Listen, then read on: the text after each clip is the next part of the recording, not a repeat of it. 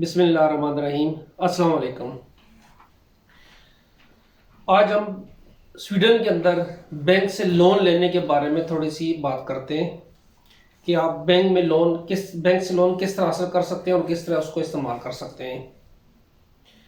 सबसे पहले मैं जो चीज़ कहूँगा, जो आदमी भी स्वीडन में शिफ्ट होता है, सबसे पहला काम अगर स्वीडन में वो करना चाहता है तो वो अपने मकान को खरीद ले, तो वो उसके लिए बेस्ट ऑप्शन है। फैमिली को बुलाने से पहले, अगर फैमिली को उसने बुला लिया तो उसके बाद लोन का ऑप्शन थोड़ा सा मुश्किल हो जाता है, वो मैं आपको समझाने की कोशिश करूंगा। और आप फैमिली को बुलाने से पहले अगर अपना मकान खरीद लें तो आपके लिए बहुत ज़्यादा आसान है, और बजाय के बाद में परेशानी से बचने के लिए इस चीज़ को लोन, जिस तरह यूनिवर्सल सिस्टम है कि कुछ पैसे आपको एडवांस देने पड़ते हैं और कुछ बाकी जो पैसे होते हैं वो बैंक देता है, अगर आपके पास क्राइटेरिया, बैंक की रिक्वायरमेंट जो है वो सारी पूरी हो। तो नॉर्मली स्वीडन में बैंक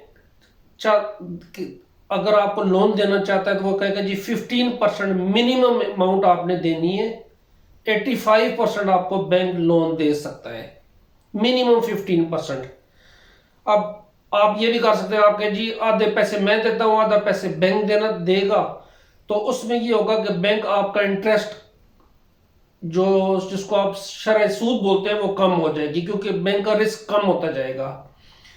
जितनी आप अमाउंट ज्यादा देंगे उतना बैंक से आपको जो बैंक आपसे जो किस्त है वो कम हो जाएंगी, और आप उस पर इंटरेस्ट जो है वो कम हो जाएगा उसका, और आपके लिए इजी होगा वो लोन लेना भी। वैसे अगर आप कोई मकान खरीदते हैं तो मकान की नौयत पे भी डिपेंड करता है कि किस नौयत का आप मकान खरीद रहे हैं, और बैंक उस चीज को भी देखता है। जिस तरह स्वीडन में यहाँ पे मशहूर है कि यहाँ पे घरों की कैटेगरीज 3 किस्म की हैं, जिस तरह पूरी दुनिया में, लेकिन यहाँ पे कैटेगराइज डिफरेंट तरीके से किया गया है। अब यहाँ पे सबसे पहली चीज होती है जिसको हम विला या बंगला बोलते हैं, या इंडिपेंडेंट हाउस जिसको बोलते हैं। वो होता है जिसमें आपके ऊपर कोई किसी किस्म का कुछ प्रॉब्लम नहीं है, आप इंडिपेंडेंट ही उसके मालिक हैं। जबकि उसके अलावा यहाँ पे अपार्टमेंट्स हैं, बड़ी बिल्डिंगों के अंदर अपार्टमेंट्स हैं।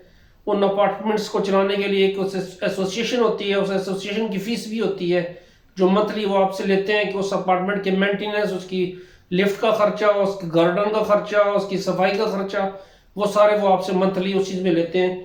तो बैंक आपको लोन देते हुए ये चीज़ भी देखता है कि उस अपार्टमेंट का जो मंथली किस्त है वो कितनी है। विला में तो उसको प्रॉब्लम नहीं होती, लेकिन वो ये चेक करते हैं कि विला कितना बड़ा है, इसमें आपकी कॉस्ट कितनी आएगी। फॉर एग्जांपल, पानी का खर्चा कितना आएगा, बिजली का खर्चा कितना आएगा, हीटिंग का खर्चा कितना आएगा, और उसके बाद जो कचरा उठाने वाले बल्दिया वाले हैं वो कितने पैसे लेते हैं।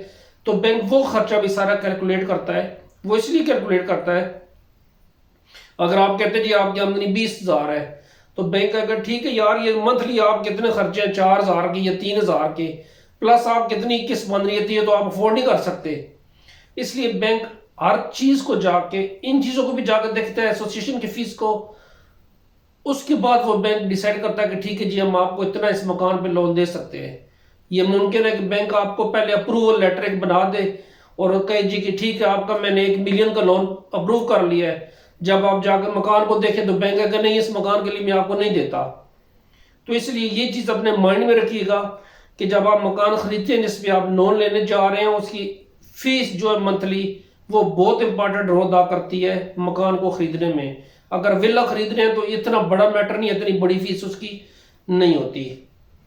जैसे मैंने बोला, मकान आप खरीदते हैं तो आपको डीलर को, प्रॉपर्टी डीलर को 10% एडवांस देना पड़ता है, लेकिन बैंक आपसे 15% कम अज कम मांगता है। आपने अपने पैसे डालने हैं, प्लस 85% बैंक ने देना होता है। अब बैंक जब आप बैंक के पास लोन के जाते हैं, वो सबसे पहली चीज वो आपकी एज पूछता है, आपकी एज कितनी है। जितने आप यंग हैं इतनी पॉसिबिलिटीज आपकी बढ़ती जाएगी, जितने आप ऊपर सीनियर होते जाएंगे आपकी लोन की पॉसिबिलिटीज कम होती जाएगी। मिलता जरूर है आपकी, उसके बाद जो बाकी फैक्टर्स हैं उस पर डिपेंड करता है।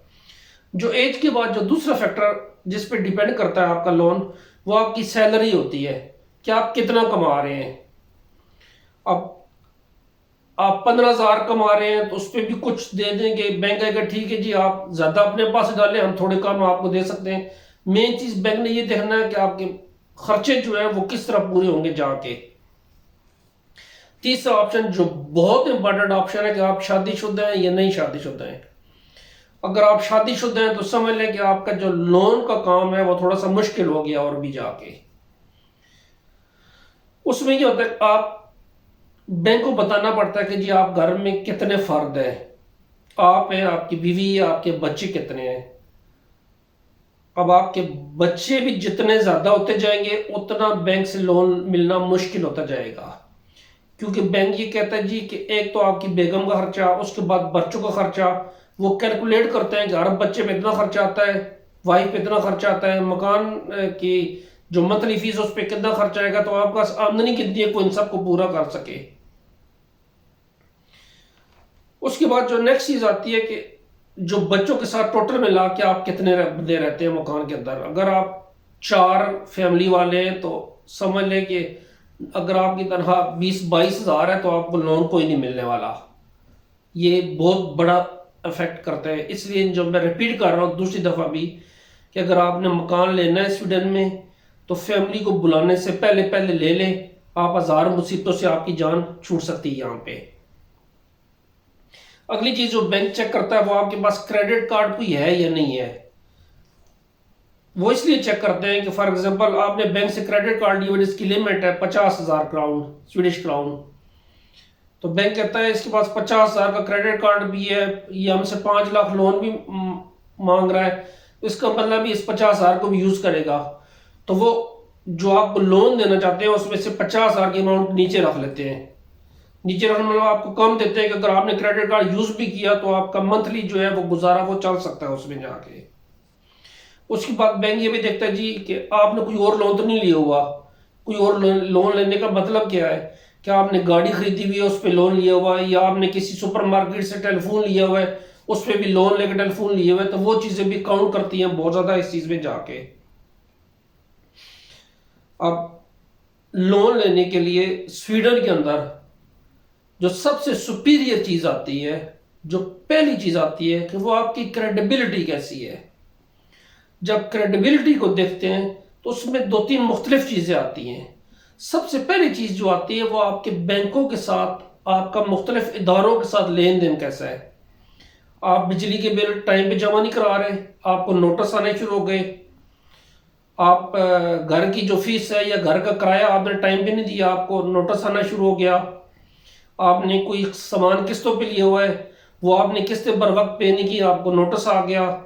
या बैंक की आपने कुछ पेमेंट्स की और आपके अकाउंट में पैसे नहीं है तो आपको उसका नोटिस आ गया। तो इटली में इसके लिए एक इदारा मौजूद है, उस इदारे को क्रोनोफुगदन कहते हैं। अगर उसके पास अगर आप पहुंच गए तो आप समझ लें कि आप हर तरफ से ब्लैक लिस्ट हो जाएंगे और आप लोन का तो सोच नहीं सकते उस लिस्ट में आने के बाद। इसलिए बाकी यूरोप की निस्बत, जिस तरह मैं इटली में देखता हूँ कि बिल पे नहीं किया 6 महीने चल रहा है, लोगों ने बैंकों किस्त पे नहीं की 2-2 साल, कोई प्रॉब्लम नहीं है। यहाँ पे वो चीज़ नहीं है। यहाँ पे आपको एकदम स्मार्ट होकर और ठीक ध्यानदार होकर रहना पड़ेगा। और ठीक ध्यानदार होकर रहेंगे तो आपको कुछ आगे फायदे हैं, नहीं है तो आप ब्लैक लिस्ट है। आपको ना मकान किराए पे मिलेगा, ना आपको बैंक अकाउंट खोलेगा, ना लोन मिलेगा, ना कुछ और आपके प्रॉब्लम सॉल्व हो सकते हैं।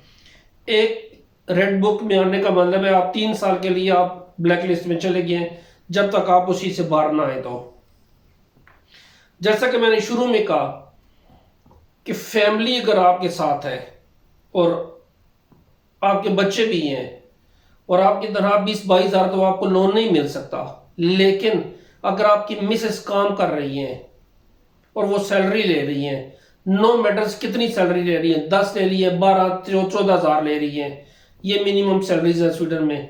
अगर वो इतनी सैलरीज ले रही हैं या लास्ट 3 महीने की वो इनकम शो करती है, उनके पास जॉब का कंट्रैक्ट चल रहा है, वो वाला कंटिन्यू चल रहा है और वो इतनी सैलरीज लेके आ रही है, सैलरीज बना दे देती हैं, तो समझ लें आपके लोन लेने के जो चांसेस है वो डबल हो जाते हैं।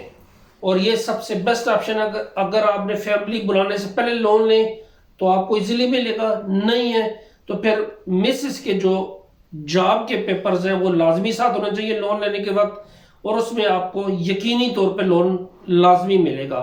मेरे लिए दुआ कीजिएगा, अपना ख्याल रखिएगा। अल्लाह हाफिज़, थैंक यू।